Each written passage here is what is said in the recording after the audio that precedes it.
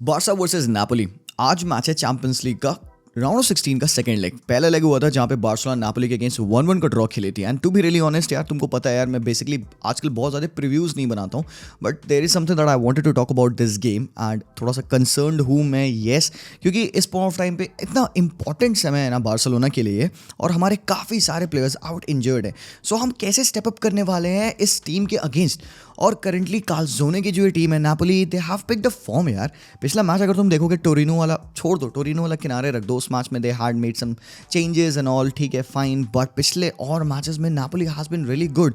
And even Barca के against second half में I think Barca should have won that game यार, but हम है ना, हमारी आदत है यार, हम अपने पैरों पे कुल्हाड़ी मारते हैं। उस मैच में हमने यही किया, we considered a very cheap goal. Osimhen ने काफ़ी तगड़ा गोल मारा।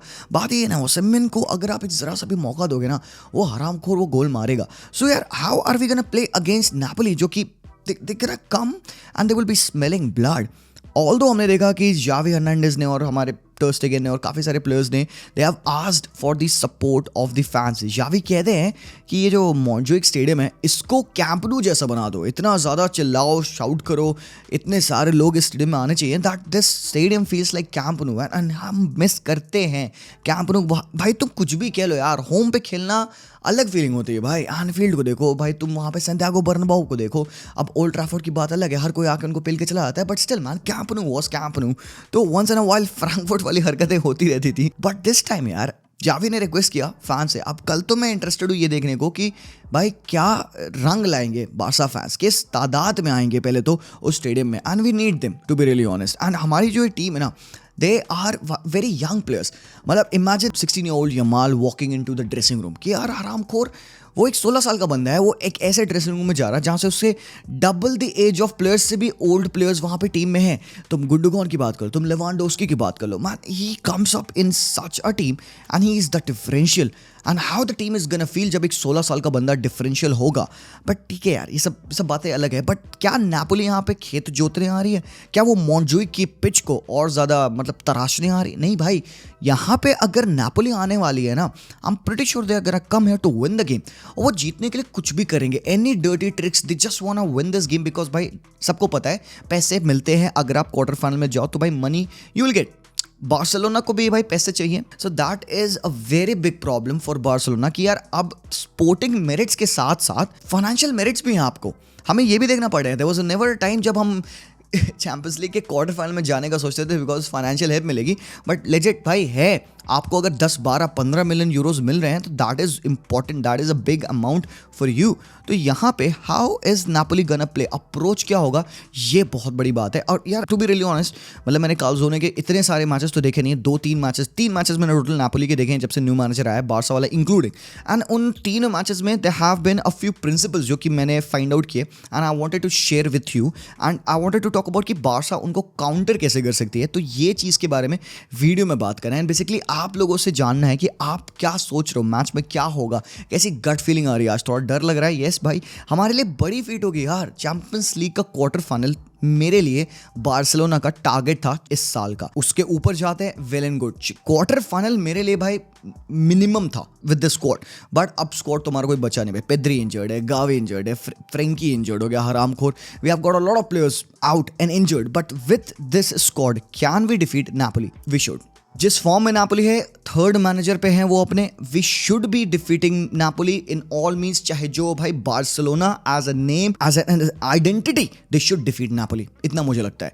बाकी अप्रोच क्या होगा इसके बारे में हम स्क्रीन पे देखते हैं, बात करते हैं। सबसे पहले यहाँ पे नापोली के 11 के बारे में। रखमानी रेस्ट पे थे पिछले मैच में, he is gonna come into the defence. Oliveira भी स्टार्ट नहीं किए थे पिछले मैच में, मारियो रूई स्टार्ट किए थे। आई थिंक ओलिवेरा आएंगे, कोच ज्यादा ओलिवेरा को प्रेफर करता है। अब मिडफील्ड में थोड़ी सी प्रॉब्लम है नापोली को, कजूस नहीं है इनके पास, मतलब he is there but he is not fit for the game, available नहीं है जैसे कि रिपोर्ट्स है।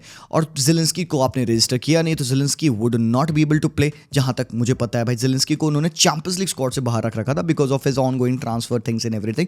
तो अब मिड में यहाँ पे खेलने के लिए 2 प्लेयर है मेरे ओपिनियन में। एक तो डेंडोंकर है, but he is also more of a defensive profile of a player, they can go with him. मतलब अगर लोबोटका एंड डेंडोंकर को तुम साथ में खिला खिला दो डबल पिवट में and let Anguissa play, but then maybe Anguissa ना खेले यहाँ पे, मे बी पोलिटानो खेले यहाँ पे and they can put in somebody else on the right hand side position, कोई और विंगर वाइड प्लेयर.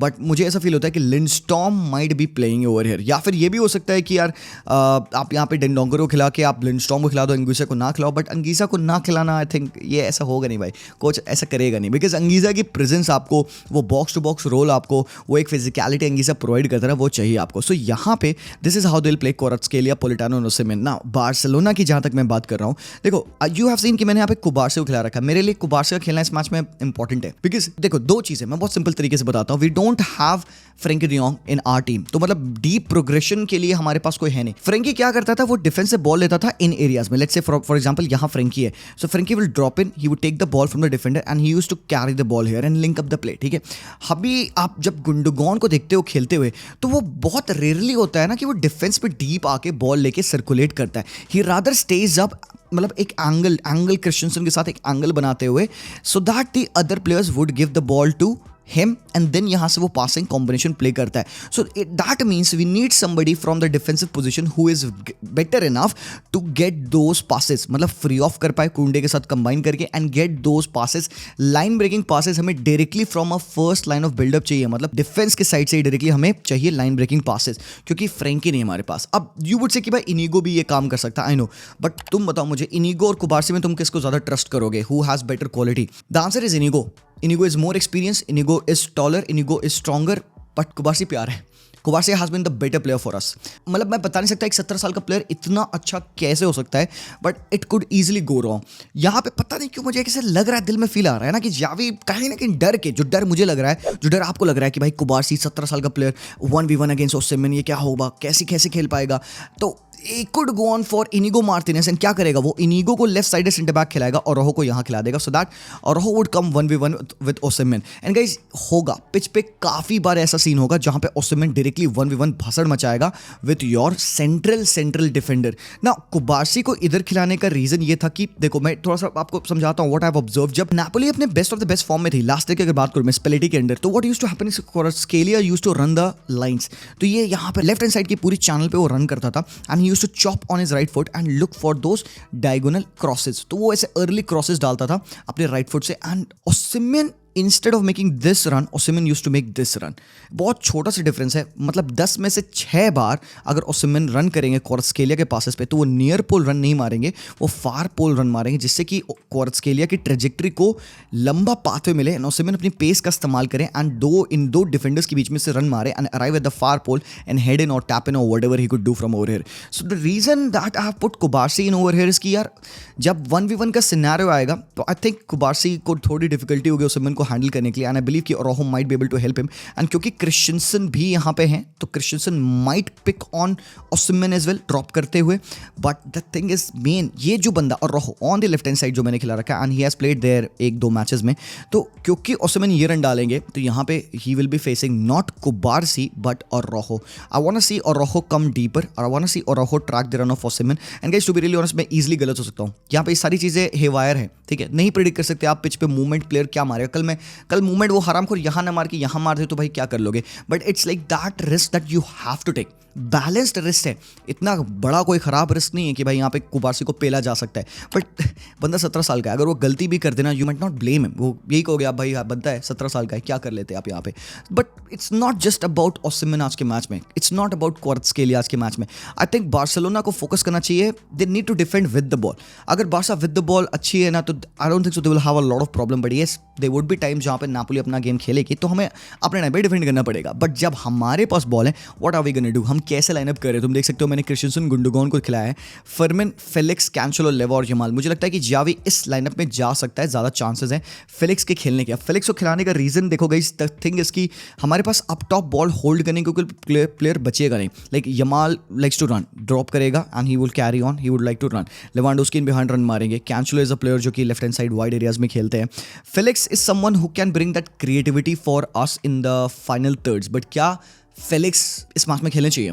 मुझे ऐसा फील होता है कि नापोली ना लो ब्लॉक पे नहीं खेलेगी कल। I think they gonna sit in the mid block and jump at Barcelona with every touch on Felix and to be really honest कल रखमानी पेलेगा फेलिक्स को। अगर फेलिक्स खेलेगा ना मुझे बहुत भाई डर लग रहा है। आई कैन लिटरली से दिस कि Felix if he plays with his back against the goal, मतलब रखमानी के तरफ कंधा लगा के वो खेलेंगे, रखमानी पेलेगा इसको, बिकॉज फेलिक्स का ये गेम नहीं है। फेलिक्स ज्यादा बेटर है ना when he receives the ball when his body is turned at an angle like this.